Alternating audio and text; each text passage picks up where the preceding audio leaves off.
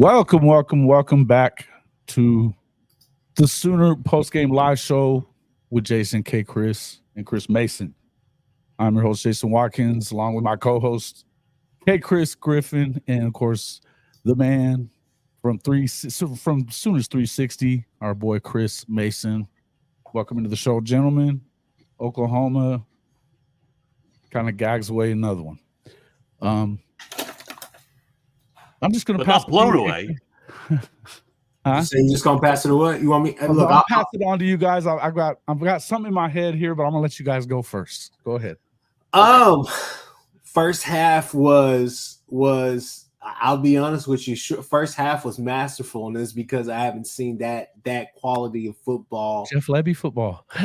It's been a while, right? Yeah. Almost shed a damn tear when we scored that first touchdown, man. That's how much that meant. Jackson Arnold first half looked like a different Jackson Arnold, like the Jackson Arnold that we thought we were going to get. And that's still just scratching the surface, what you saw from him. You saw guys being schemed open. You saw some really good play calls. Run game was really good all day, from quarterback runs to running backs. Got to clean up the fumbles with Tatum. Everything was fine, and then things kind of went downhill. Sexton, to me, was playing really good. The offensive line was playing really well up until the point that Sexton got hurt both times that he did, and he just couldn't run it back. Logan Howland is a project. He was getting beat almost every single freaking play. Men on that side of the ball. Yeah, I don't think that Ole Miss is by any means a great defense or a great team overall, man. It's just the fact that, at some point you knew this team was going to run out of gas, but win, right? Defensively, you were in a couple of calls that you were like, hey, I think we could be a little bit more aggressive. I think we can actually I feel like, hey, we can press these guys opposed to trying to play off. I know they want to get down the field, but at the same time, I feel like we're playing good. Defensively, you had a couple of you had a couple of drives. You had a bunch of drives that were actually really good. You had good defense, quality defense. Just came up short on a couple of plays. That play to the Pegas guy or whatever the case may be, that shouldn't have been a touchdown. Not talking about the refs or his knee was down, but we should have. If Kip is not celebrating prematurely, go and knock the hell out of that dude again. He's a big target. We should have stopped that. But regardless, though, like all in all, you solid day, solid effort, all the rest of that, you just come up short in some really bad ways. But like I said, I feel like things went downhill when Sexton was having a good day at left tackle, and then Howland came in, and that's whenever we started getting into some trouble. But you saw checkdowns, you saw offense, you saw competent offense. And I'm not going to say it was an elite or anything like that. It just felt like, hey, Seth Luttrell, this is what you could have been doing the entire time. Simplify the game plan. Just get them comfortable, right? But like I said, man, Jackson looked really good throughout the game on a bunch of plays. Just towards the end, the wheels just really fell off, and their defense was able just to. Hell, would they have 7 sacks today? It was 9. Yeah. It was pretty porous in that second half. You don't score in the second half again. A couple of questionable calls on our own staff as far as what we were talking about, Jason, as far as calling that timeout right there. I think you wanted to go for it. I'm saying, hey, punt the damn ball. I don't give a shit what I don't care what your decision is. Yeah. Don't fucking take a timeout to do it. Yeah. And I think what Zofix, or I'm sorry if I'm butchering that, bro, but O-line is a problem. I don't think getting the wide receivers back will help that much. Possibly because you would probably get wide receivers out there and get more separation. But right now, I don't know. Especially, one of the things that I hate with our quarterbacks, as far as being in the pocket, is how, and this dates back to Dylan as well.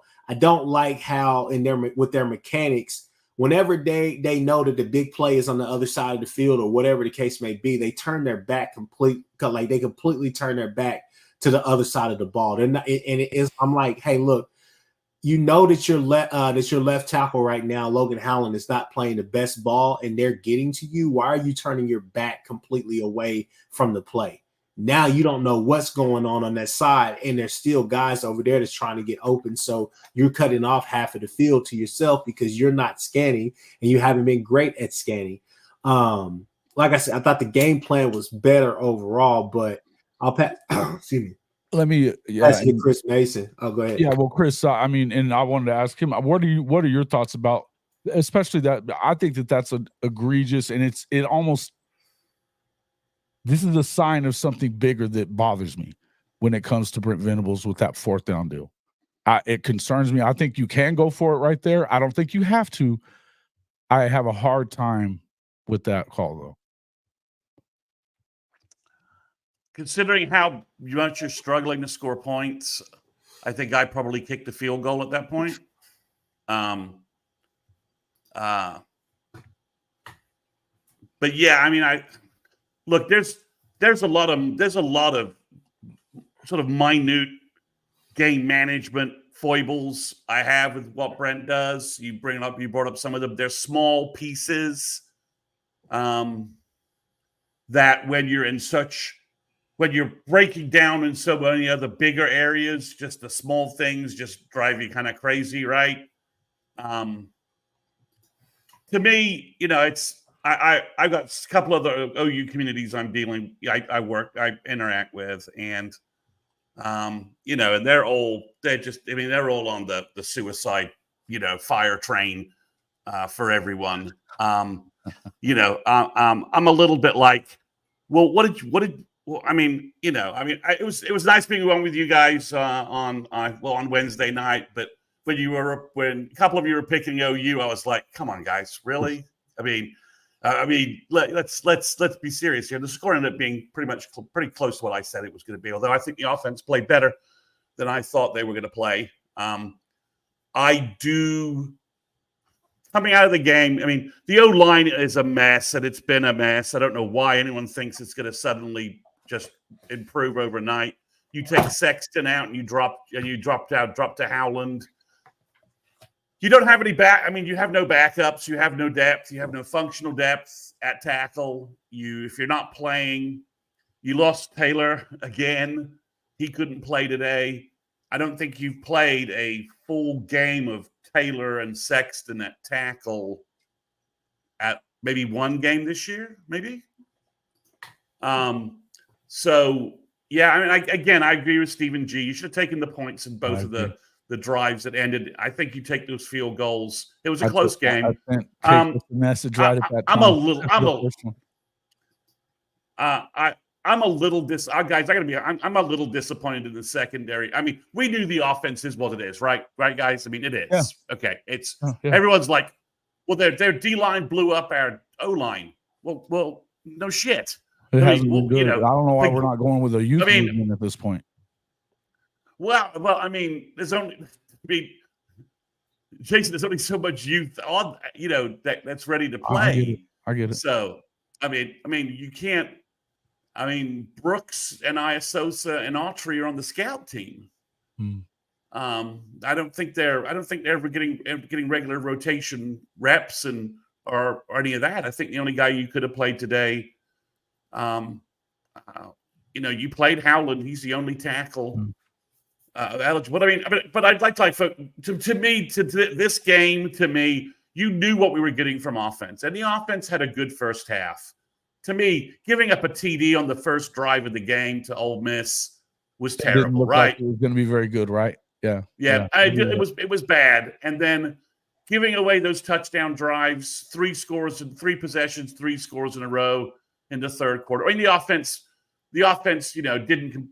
wasn't moving the ball. I get that, but it's the secondary's breaking down, right? We have a cornerback problem away from Eli Bowen. The better receivers we're seeing, the better quarterback combinations we're seeing, the more it's getting hotter. We're missing Dolby as well in a big way in terms of his nickel cheetah play as well, which was, I think, hiding a little bit of Walker and They weren't Malone a hiding little in the bit. second half. They were picking on his ass. They knew they Well, they're knew not. they were going to Yeah, get. well, I mean, we don't. Yeah, exactly. So we don't have the same sort of depth and whatever. But I'm just.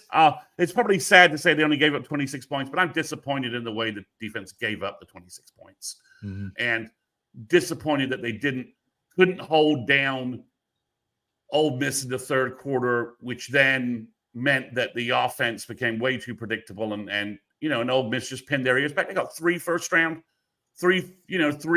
NFL day first round or second round pick defensive linemen, Nolan, Pegues, and the Umalalian kid.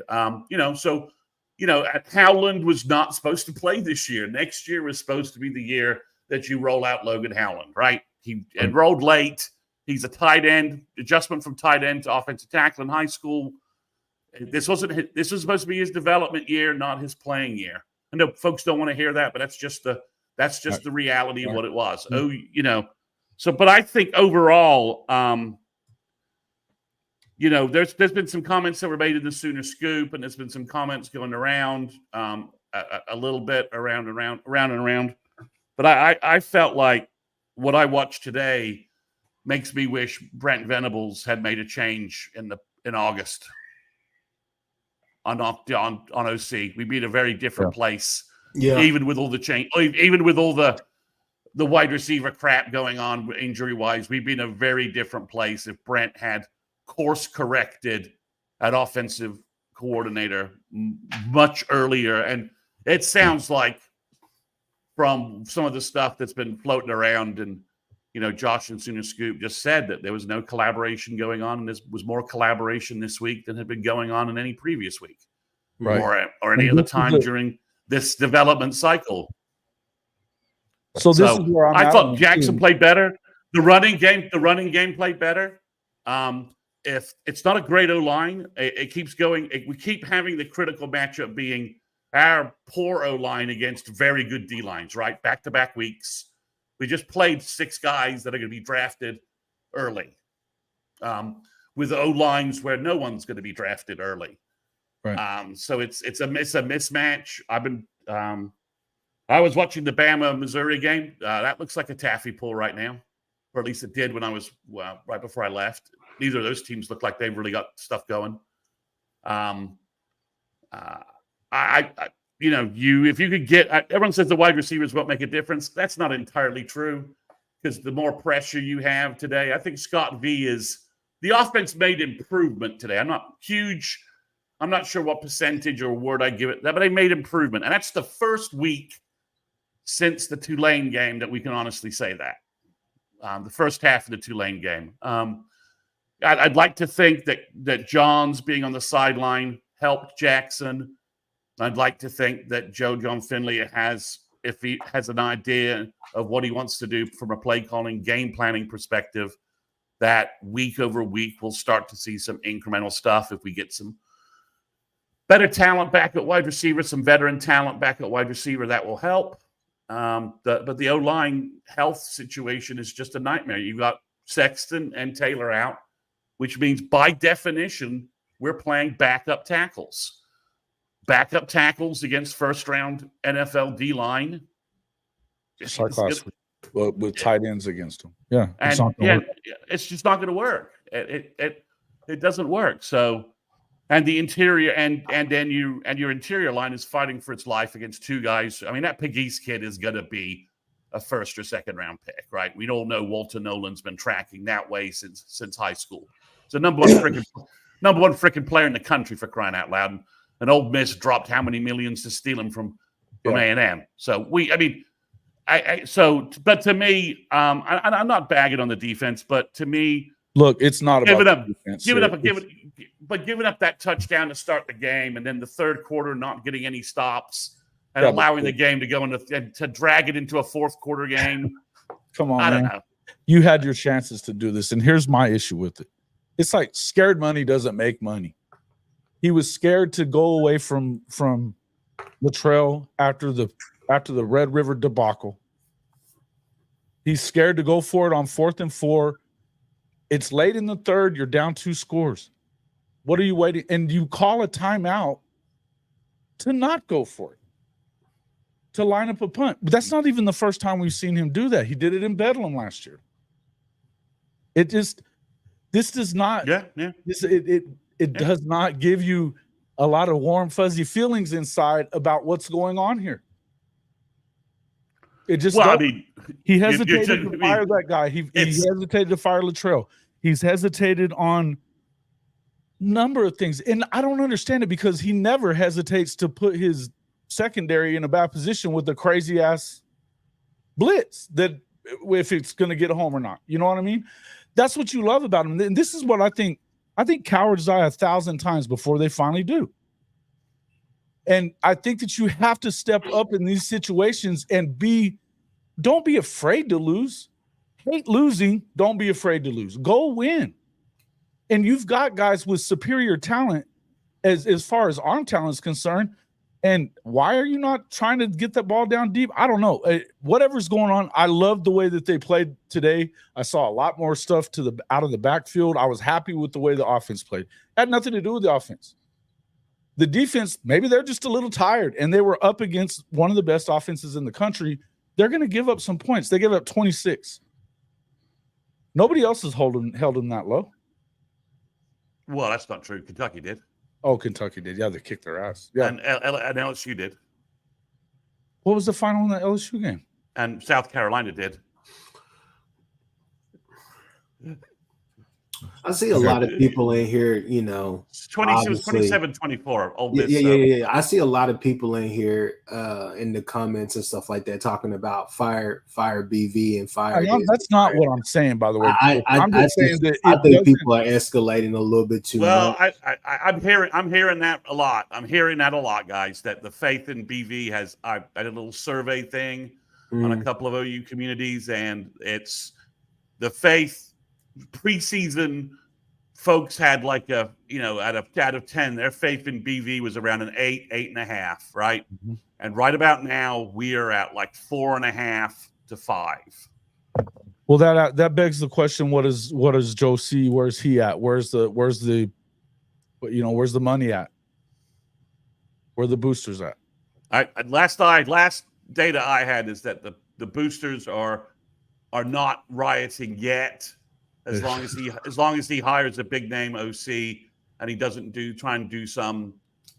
hire some random guy that it's someone they know and want whatever that means. But here's the thing. So how many people agree if he knocks out this hire, this OC hire, that well here we are. Because it's easy just to sit here and say, oh, this, that, blah, blah, blah, and all the rest of that stuff. Like, don't get me wrong. The decision was made. I don't like the decision of Latrell any more than anybody else, right? Well, you're not changing that at this point. You're not changing that. You're not getting around that. I get that. But I'm just saying, man, I think most people in here got to realize, like, dude, what more do y'all want? You know, Jason, I saw you. Shout out to JP and Trav Show. But I saw y'all in the chat talking about the Indiana coach. Like, I think people need to understand that if you go and do something like that, that's really drastic, you're taking steps back with your program even more. Yeah, that is not. A lot of folks will say, he's hot right now, but if it takes you 7 years to build a program, we right here with the same conversation. So I think a lot of people need to understand you wanted your defense fixed. He's fixed your defense. Right? It's not perfect all the time, but he came in and fixed your defense. Offensively, with Levy had a couple of games. OSU, Kansas, and obviously that first year was a mess or whatnot. But last year, both years, you're in the top, 25 offense? Hell, top 10, top 13? No, top 15 and top 5. That's what I'm saying. So what's the difference? If we have an offense, if we have a competent offensive coordinator, competent offense, our guys are healthy, this and that with this defense. Sure.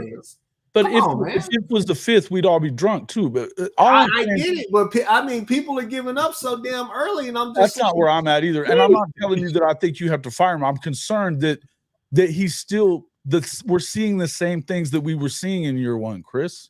Yeah. in the crunch time situations, and you got to make a decision, you're hesitating.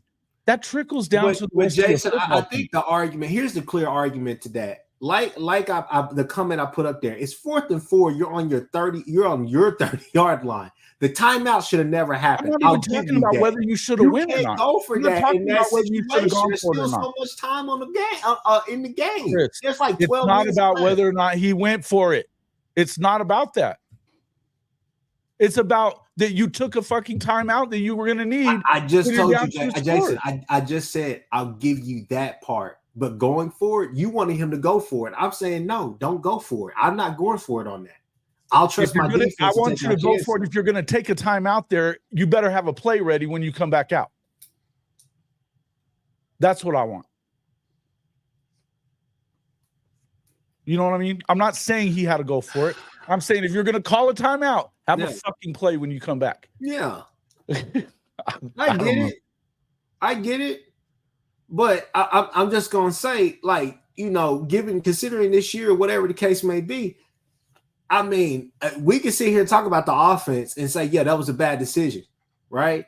We can say that. But, I mean, come on, man. Like, I don't think it's too early to jump off the ship. You got to just go ahead and be realistic. Stop all the bullshit, everybody, and just say, let's see what he does with this new OC, with a next OC. Sure. All the names that we're hearing floating around and all the rest of that stuff, and I'll tell you something that I heard offspring was still right now, but they owe him too much money for them to fire him this year. Not to say that they wouldn't in certain circumstances, but I'm saying I don't see it really going down right now. No, I mean, if we're just being realistic like that, you got to jump off that ship and just say, hey, look, take this year for what it is, take it on the chin and keep going. Yeah. Got to see what this new OC is going to be able to do with the talent that we have returning, the talent that we have coming in, all those different things.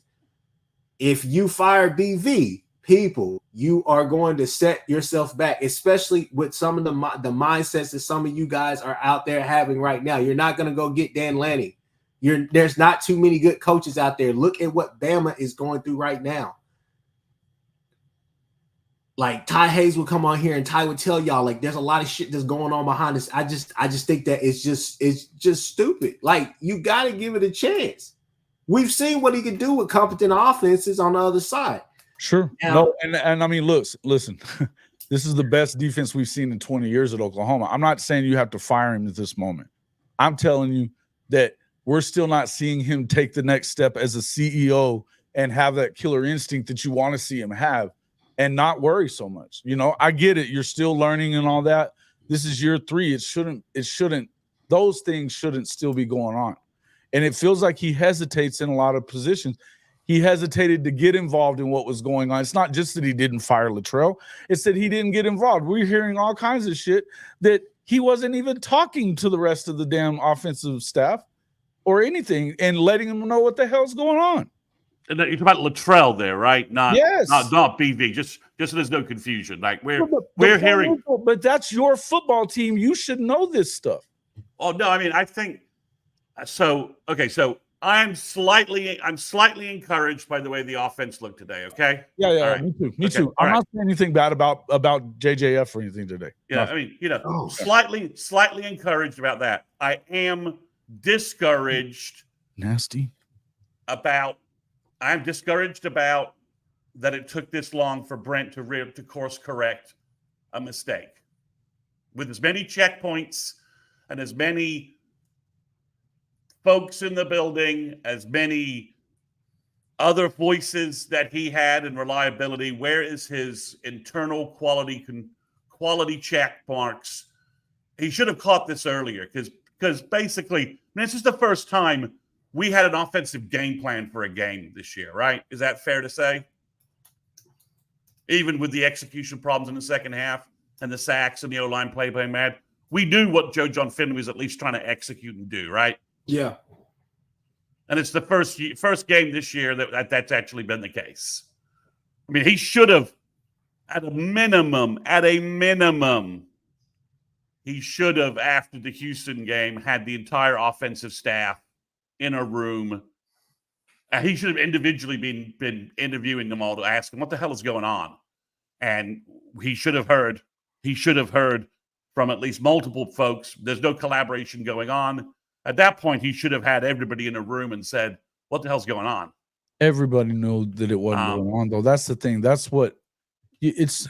Well, that's what I'm saying. If that's the case, on the field, it's showing up everywhere. Come on, man. And where are you at? No, I'm saying at Houston, right? After the Houston game, he should have course corrected. It may have seemed like an overreaction to some, but if those were the problems, he should have acted then. Mm-hmm. And then we might be in a slightly different position now with a slightly, the offense tonight would have beaten. I mean, that defense is that Tennessee defense isn't better than Ole Miss's defense, right? They're about the same, statistically speaking. In my eyes, I would say, yeah. I don't know. They're close. They're close, right? They're close. Better, but the offense you ran today would, if not, would have had you in the fourth quarter of a Tennessee game. Yeah. As a serious threat, right? Yeah. So let's just say that it's fourth quarter, one possession same game. Right? They lost 26-14 to 25-15, the same fucking score. Pretty much, it was 1 point. But it's true. It's 2 touchdowns in the last 5 minutes versus 4 scoring drives in the game where you should have had 20. You should have had 20 points, and on the road at Ole Miss. I'm just saying that my problem is why he didn't. I mean, look, if you've ever been in a job, you've all hired people and it didn't work out, right? The person who you interviewed, the person on the resume, the person you interviewed, and the person you vetted wasn't the person whose performance you ended up getting, right? And I've hired people. I made that mistake, right? We've all done that. If you've ever hired a bunch of people, you've made mistakes, right?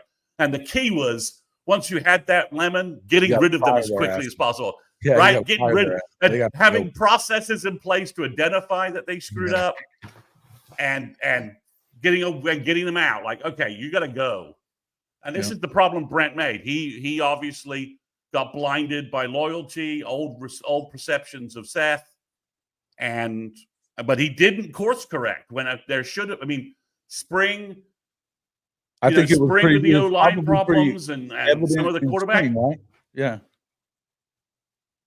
I mean, he should, at least in August camp, he should have said, my defense is whacking the crap out of my offense. What the hell is going on? Mm-hmm. Should have course corrected then. But again, we've got 4 games left. Is that right? Yeah. Okay. Thanks. This offense, again, if you can answer this question, how many of those games can you win? You can beat Maine. I think you could beat Maine. I think you beat and the Missouri Alabama team I'm watching to play today. Both of those teams look like you could, if you played well, be in the fourth quarter with them. Okay. LSU, Baton Rouge at night, you're dead. It's not. How do we know it's going to be at night when you got a shit record? That's a good point. I mean, it's good if it isn't at night, by the way. If for sorry, 11 o'clock kickoff, so maybe there is a sleepy crowd at Baton Rouge. But regardless, Nussmeier, and those wide receivers, with the way our cornerbacks are playing, are going to get chewed up. Listen, with their O line, and they're going to chew us up. But Maine and the Missouri team I'm seeing right now doesn't look anything special. I don't know if that game's changed at all. And the Alabama's the wheels are off. They're all over the place. If they drop another game before they get to Norman and they're out of the playoff picture, I'm not sure how that team, with all those guys going pro, with all those guys with pro aspirations, how that blends together. Milroe's regressing badly, right? Looks that way to me on he's what's not going playing very well right now. So I think you have 3. 1 winnable game and 2 toss-ups if you continue to make improvements and you get Sexton back. If you don't have Sexton back, you're screwed. Let's kind of deep dive into kind of some of the offensive woes that you saw today. Obviously, let's save the offensive line for last. One player that I want to point out, and I don't want to completely shit on the guy, but Barry Sharp. Bro, catch the football. I mean, that's all I'm saying. I mean, I enough said right there. We can end it right there. I mean, you got to catch the football. I don't know why you can't and won't give Caden Helms more of a shot, right? That makes sense to me. Yeah. Right. Why wouldn't you give him more of a shot at least? I mean, but yeah, I mean, it's he's productive from a boxer standpoint, but the mistakes blocking and the drops, it just. But we have no other. I mean, at some point you got to start wondering. I'm at this point I really am starting to wonder what the bleep f is Emmett Jones doing with Zion Kearney and Petaway and those guys and Ivan Carrion. Why are those guys not better? Why are those guys not more developed? Why are they not playing more? You've been without Burks for 4 freaking weeks. You've been out without Farouk since week 1, and you've known Anthony and Anderson aren't really coming back this year probably. So no. At some point, Emmett Jones has to be added to the list of casualties because the inconsistency in wide receivers game to game is maddening. I don't know that it's about. I think we're going to know a lot more towards the longer this goes on this year. I would tell you that we do, but I'm not really ready to pull that trigger. But here's the thing: whoever you go get, fire them off if you want to. I don't give a shit. Just turn this thing around. Put a lethal offense with this lethal defense. And aside from Kenai Walker, I mean, dude, get your head around that. I don't understand this one. I don't understand why he's getting so much run. Des Malone as well. I feel like Jacoby Johnson is maybe the better option over there because Kenai down the field. Well, they screwed that up by trying to make him a wide receiver, which I knew was a dumb move. Leaving him on the island by himself is just not working out. I mean, Kenai, I don't know. You'd be better off to let, one of the freshman safeties go play safety in front of Peyton and let him be corner. He can do it. He could run corner any day, all day. I don't understand why Kenai's in there. I just don't. It doesn't make sense to me. Well, they were playing well earlier. They're just picking on him all day, the whole second half. Yeah, I mean, the gig is up, right? Teams know where to go in the secondary to attack. I mean, Des Malone wasn't that much better, but I mean, either Vickers, Kobe Johnson, if Vickers is out of the doghouse, why isn't he on the field? Yeah. Well, he played against Texas and he made some mistakes. He wasn't playing very well because he hadn't played in 6. I'm just giving you the counter. I get it. I'm just saying. I'm with you. I'd have Jacoby. Talent-wise, it's in another stratosphere, man. Jacoby and Vickers, I'd have them, on the field. Yeah, I'd be rotating them in and playing them more. But it's the cornerback position is a problem. It's Gentry would be great if he was back. I mean, not having Gentry obviously it's a trickle down effect, right? And we know that's probably that's a moot point at this point moving forward. Would you consider going back to Woody, putting him at corner? No, they're picking on him too. I mean, yeah. Yeah, but they don't pick on him they not the same way. Okay. You gotta at least go make a play on the ball when Woody's on you. My biggest and Stephen G, I agree with that. My biggest complaint with well, we don't know that yet, but yeah, okay.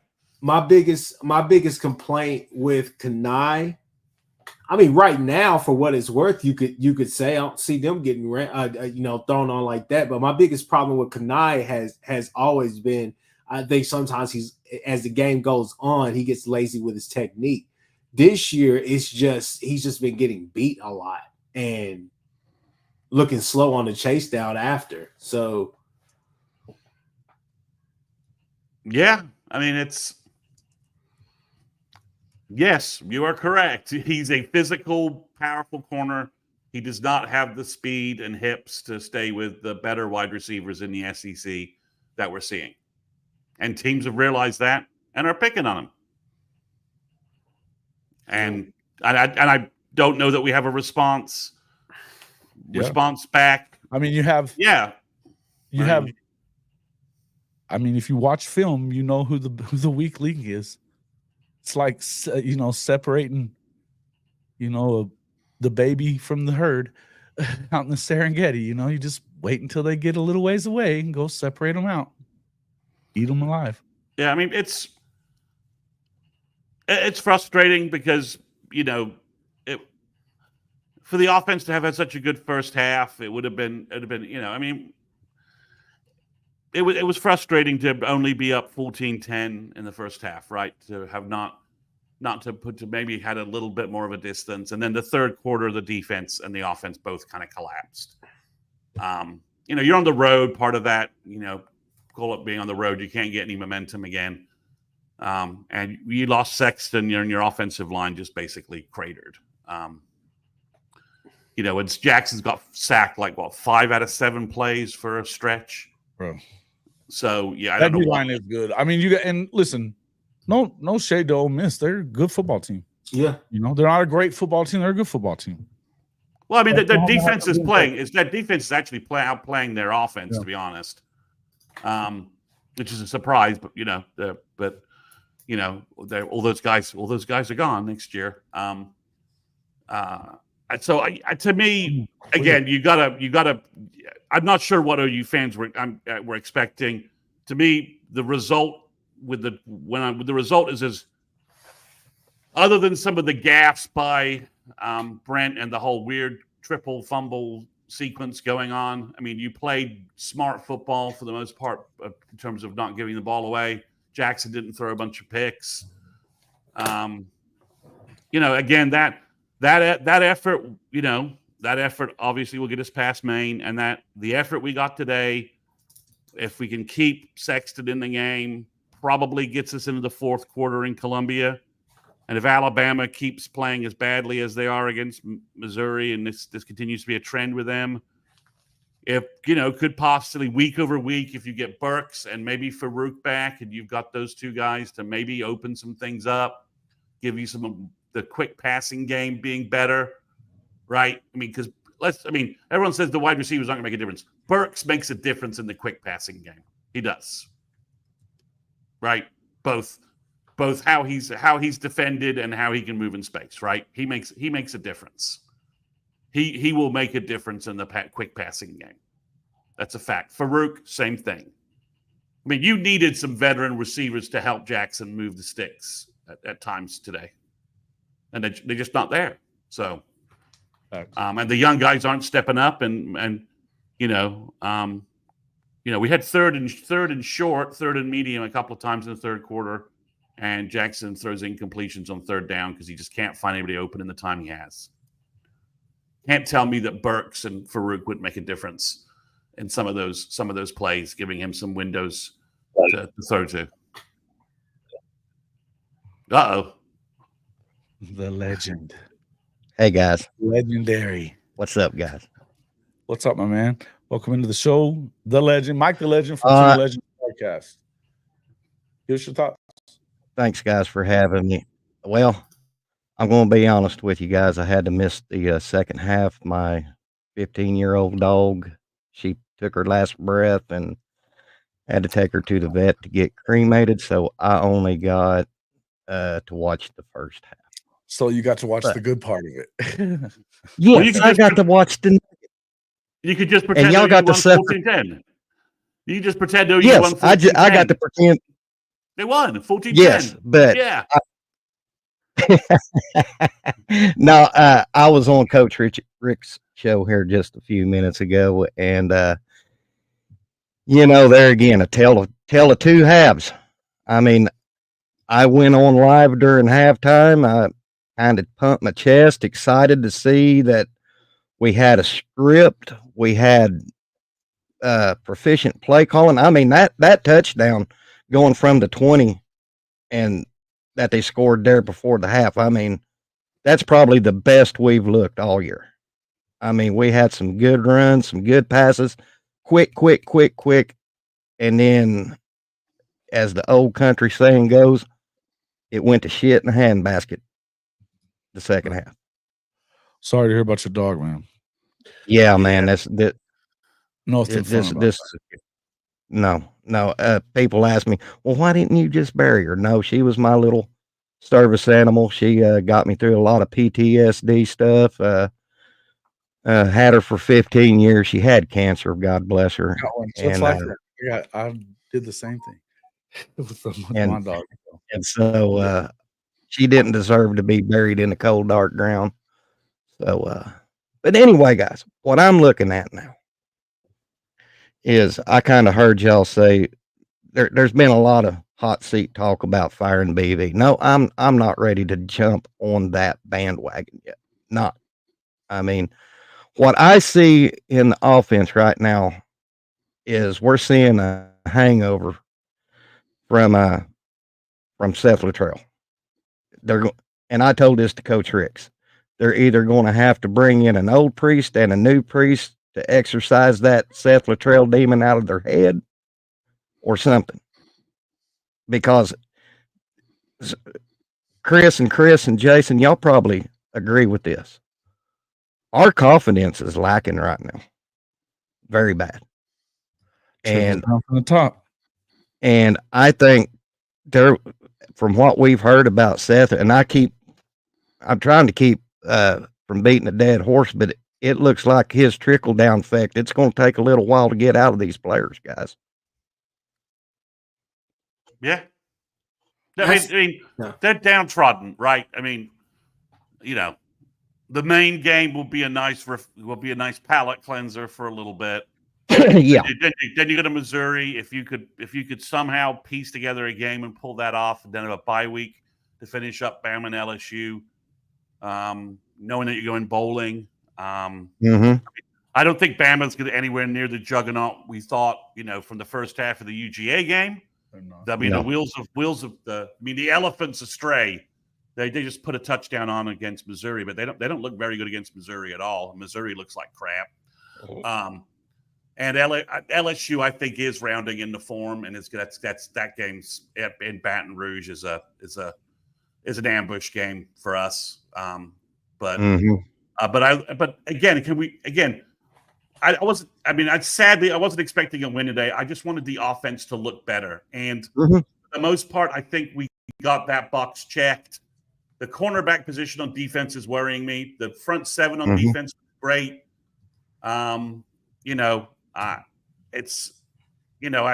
third quarter was disappointing, but you're on the road against Jackson Dart's a very good quarterback. They've got loaded. They got a good wide receiver core, and the issue is we keep playing teams where the critical matchup in the game is a mismatch. We keep playing NFL D lines against our broken down craptastic O line. And it's deciding football games week after week. There's nothing you can do about it. And unless you have unless you've got a 5-star elite quarterback who's consistently making chicken salad out of chicken, and just fling stuff together. But listen, I do want to say that you did get a little bit of that today. It looked a lot better from Jackson at times. At least he was decisive about getting out of the pocket when he needed to. He got sacked 9 times, but it could have been a hell of a lot more than that because he took off on the run. I like the way they ran the football today. I like the way they ran the football. Yeah, I think you saw some signs of Johns, and you saw some signs. And we had a freaking game plan, and you add some veteran wide receivers back to the mix. At least one of them. It's going to look better, and it's going to look better week over week. Does that mean we get more wins? I have no idea. But Missouri looks like dog crap right now, and Alabama is another loss away, I think, from that team. For that team kind of imploding a little bit. Base is going nutty on them anyway. Yeah, exactly. Yeah, I mean, they're another loss. I mean, if they lose another game, they're out of the playoffs, and that fan base is going to implode. And that team all those Just NFL they guys. went, what, 8-5 or 7-5 that first year? Yeah, I mean, exactly. So, I mean, it's from that perspective. But I think, Legend, you're right. We saw some improvement. We saw some stuff. But the team does need a little bit of a. We need a. I'm an old tech support guy, right? We need a hard reboot of the football team, right? It's like, okay, don't, unplug it from the wall for a good, every time everyone's, did you reboot it? Why are you asking me to reboot it for the third time? Unplug the damn thing from the wall for 10 seconds. Restart. Hard restart that son. Hard restart. Like, why are you telling me hard restart? Because Windows and AOL stuff is just crap, okay? So just unplug it and wait 10 seconds and then plug it back in. So guys, like I said, let's kind of deep dive again. Let's try to focus on that and deep dive back into kind of some of the offensive woes. Just to point out another key point. I think play calling was good to certain points. One of the touchdown that we did get, that last touchdown that we got was really on Jackson just keeping that play alive and working that pocket as best he could. But I felt like when you got down there to the goal line, especially on that first drive, well, on both of those drives, or it was on two drives, you're going in and your best play that you could call is a pop pass. I felt like you should have did some type of sprint play, letting him get out there, running some type of bootleg, letting him get out there and giving him possibly a lane to run, because he was able to run, especially a lot of those stretches. Yeah. Mm-hmm. The Baker pass play. Yeah, I just didn't really get the pop pass being used as much. I know it was kind of one of our plays that we used earlier in the season, but against that defense in that moment right there, it didn't make that much sense to me, especially when you were having success on the outside pretty much all day. I think we kind of cost ourselves some touchdowns with that. No doubt. That's what I was saying. You were running a lot of bubble stuff, a lot of stuff out of the backfield, the little quick passes. You got to do that. When you have somebody that's teeing off on your quarterback, you got to get the damn ball out. So you don't want him getting hit. And I love the idea of, look, you think about when Baker was doing his thing for those 3 seasons. That was his best play. It was like playground ball, but he was able to get himself open space to run and throw, and it made him more dangerous, Mm-hmm. I think that you have to do that with these guys too. You don't ever want to just stick somebody in the damn pocket when you don't have the greatest offensive line, That's just me, but I think you're right. I think you're right, Chris. I think you have to take some positives from the way that they played offensively. And look, let's not sit here and act like anybody expected them to go to Ole Miss today and win. Because I didn't hear anybody saying this. That you're muted there, Mike. Can't hear you. You're a little frozen too. Come out and come back in. Come out and come back in. Here, there you go. There you go. Yeah, I got you. Now, guys, I'm 60 years old. I forgot what I was going to say, but I will say this, that I didn't expect us to go to the Grove and beat Ole Miss. I didn't, but I'm just glad that it's not losing's part of the game. It's not losing that got me. It's how you lose. Mm-hmm. The 2 blowouts to Texas and South Carolina, especially at Norman, man, that was like a dagger in my heart. And today you come out and you lose by 12. I can take that, and I'm not one for giving out participation trophies. I'll tell you that right now. But to not get blowed out, I've seen some positives in this game with the offense that we could probably build on. I've been saying all week that Joe John was not the magic bullet. But like I said, I seen some things I liked in the play calling in this game, guys. And so what y'all's take?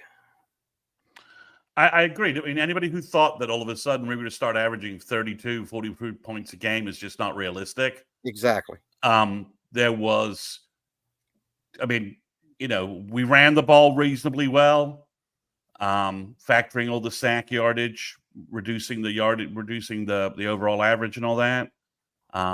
We scored points. Ole Miss is a good defensive team. They've been holding people below 20 points for most of the season. Yep. We could have put up 20 points if we kicked 2 field goals. We had 4 scoring drives. If our defense, the defense, gave up just too many big plays in the passing game. Yeah. And had a couple of second and 20s and didn't get them off the field. Instead, gave up first downs, which led to touchdowns. Mm-hmm. That's what we've seen in the past. Jackson Dart's a really good quarterback. Yeah. I said 27-10 the other day. I think on Wednesday that was my score prediction. They covered, they beat that, and could have been 26-17 easy. I mean, they should have kicked the field goal with the 4th down stop of the first drive. Drive. The second one, the clock's rolling down. Okay, if you want to say you should have continued going for that, I won't quibble there. But overall, considering where we are and considering you lost, I mean, again, guys, there's a reason Howland and Spencer Brown are like our second, third team tackles. They're not good. And when you have to play Tarquin, who's the second team swing at both positions. So really, Howland's your third team tackle. Brown is your third team tackle. They're not second teamers. Tarquin's the second teamer for both positions. What you're playing your third team tackle against a first round draft pick from Ole Miss? What do you expect's going to happen? You get creamed. So, and the O line's not playing well. It has no cohesion. It's not been playing well. It's obvious today that I think you have a chance if you can get it healthy and keep it healthy that the O line will move from entirely craptastic to just mildly craptastic by the end of the year. Well said. Well said. It's about as good as it was. Yeah. I think that's the. I mean, we're the most sacked team in FBS right now. They have given up the most sacks in FBS. So it's all there. So I think, it's it's death by 1,000 cuts. I don't like some of the stuff that Jason's talking about in terms of game management. You prefer Brent's a little more on the point and confident on that, just so that you've got everything else going wrong. Let's just button down some of these other things. Mm-hmm. But Chris, to me, I think you're losing anyway. I mean, to me, you don't have throw caution to the wind. Fuck it. Yeah, but Chris, to me, I think the play calling was better. The run game was better. I mean, we averaged nearly 4 yards a carry. Mm-hmm. I think if you'd asked me that before, I would have pre-game. I would have said based upon Ole Miss's defense. No way. I would have said. They were giving up 66. Yeah, I would have said. We were going to average like 2. Yeah. Sorry. The running backs averaged over 4 yards a carry. Okay, Jackson Arnold's sack yardage brought it all down. So it was 3. We averaged 3 yards a carry, but the running backs averaged over 4. And I'm like, all right, well, I'm taking that. And Jackson again did a pretty good job distributing the ball with the time he had and the weapons he has out there. Mm-hmm. So I think it's the ATX Sooner says we need a beat and bow power line recruiting campaign similar to what Bates is doing. I mean, guys, Foji, Afalava, and Fasusi are the best effing offensive linemen, 3 offensive linemen we have recruited and got committed in the last 5 years. Yep. So, and the guys they have on campus, EPL, Akin, Kimmy, Brooks, and eventually Iasosa and Autry Dent, who always had a longer development cycle. All reports I get from all my insiders says they all look good, right? Yeah. And Ozetta's playing better, and Howland and Ozetta enrolled early. Yeah. That's the problem. they enrolled late, it enrolled early, and my last comment is, guys, if you had Tyler Guyton and Caden Green on the left side of this offensive line, and then you were piecing everything else together on the right side of this line, we wouldn't be really having these problems. We're working with something there. Yeah, no doubt. You'd be working. We'd be working. We'd be working because Tyler Guyton wasn't supposed to leave early, but due to Morris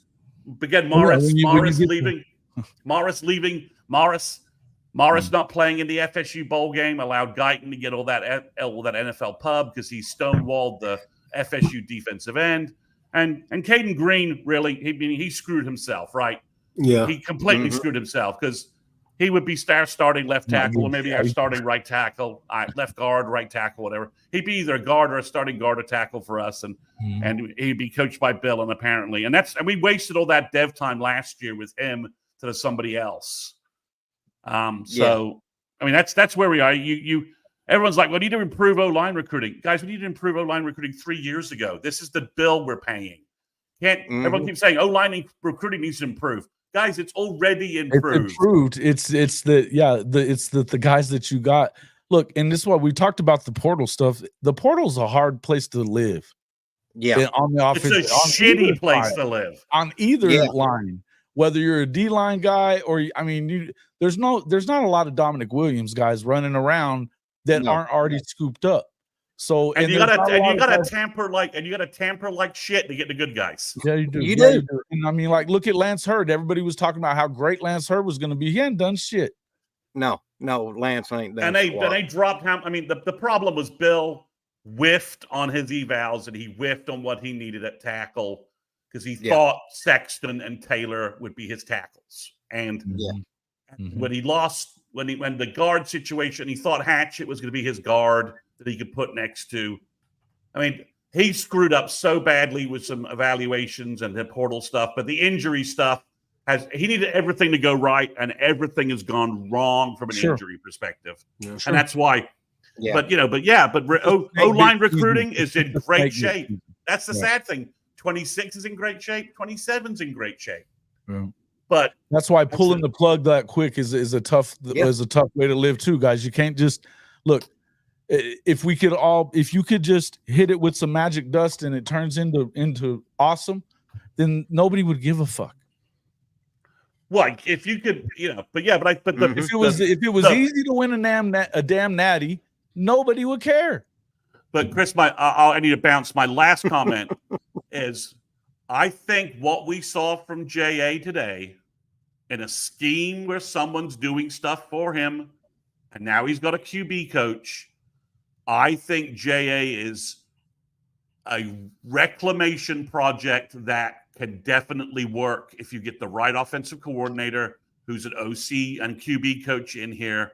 Maybe we don't have to pull in a transfer QB. The panic for a transfer QB is maybe not as high as I would have had it 2 weeks ago.